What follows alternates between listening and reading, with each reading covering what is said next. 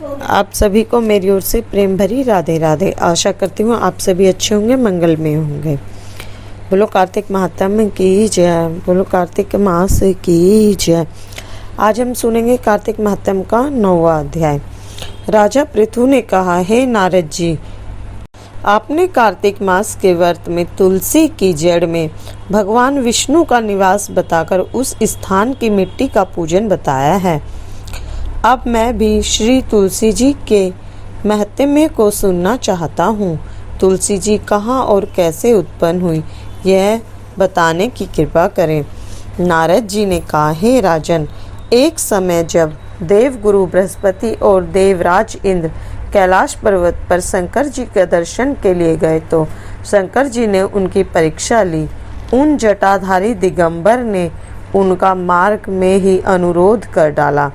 यद्यपि वे तेजस्वी, शांत, लंबी भुजा और चौड़ी छाती वाले गौर वर्ण, अपने विशाल नेत्रों युक्त तथा सिर पर जटाधारे वैसे ही बैठे थे, तथापि इंद्र ने शंकर जी को ना पहचान उनका नाम धाम आदि परिचय पूछा और शंकर जी अपने स्थान पर हैं या कहीं गए हैं, इस प्रकार उस तपस्वी से कुछ नहीं कहा।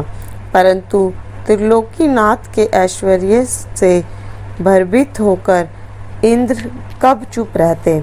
उन्होंने क्रोध में घुड़क कर कहा, अरे मैं पूछता हूँ, तू उत्तर क्यों नहीं देता?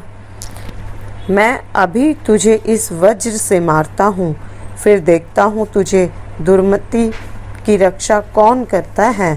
फिर ज्यों ही दिगंबर को मारने के लिए हाथ में वज्र लिया, त्यों ही भगवान शंकर ने वज्र सहित उसका हाथ स्तंभित कर दिया और विकराल नेत्र कर ज्यों ही उसे देखा तो ऐसा विदित हुआ मानो वह दिगंबर प्रज्वलित हो उठा है और तेज से जला देगा।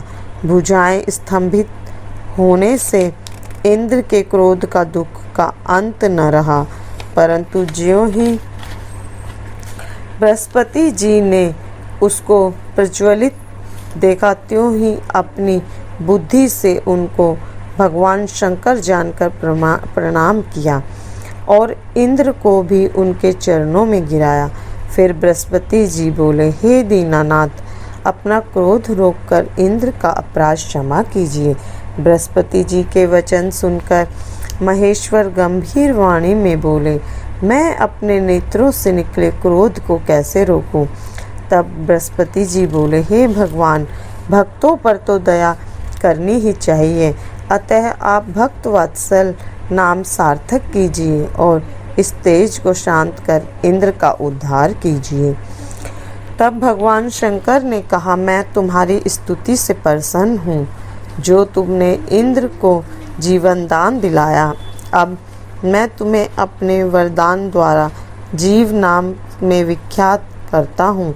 मेरे नेत्रों की अग्नि अब इंद्र को पीड़ित नहीं करेगी। ऐसा कह शंकर जी ने अपने माथे से निकले हुए इस तेज को लेकर क्षीर सागर में डाल दिया। फिर लीलाधारी भगवान अंतर्ध्यान हो गए। इंद्र और बृहस्पति दोनों भय से मुक्त होकर परम सुखी हुए। इस प्रकार जिनको जानने की इच्छा थी, उन्हें जानकर इंद्र और बृहस्पति अपने स्थान को चले गए। बोलो श्री हरि नारायण की जय, बोलो कार्तिक महात्म्य की जय। तो हम यहाँ पर 9वें अध्याय को विराम देंगे।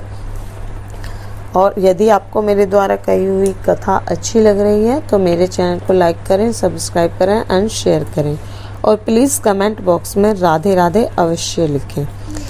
आप सभी को मेरी ओर से प्रेम भरी राधे राधे।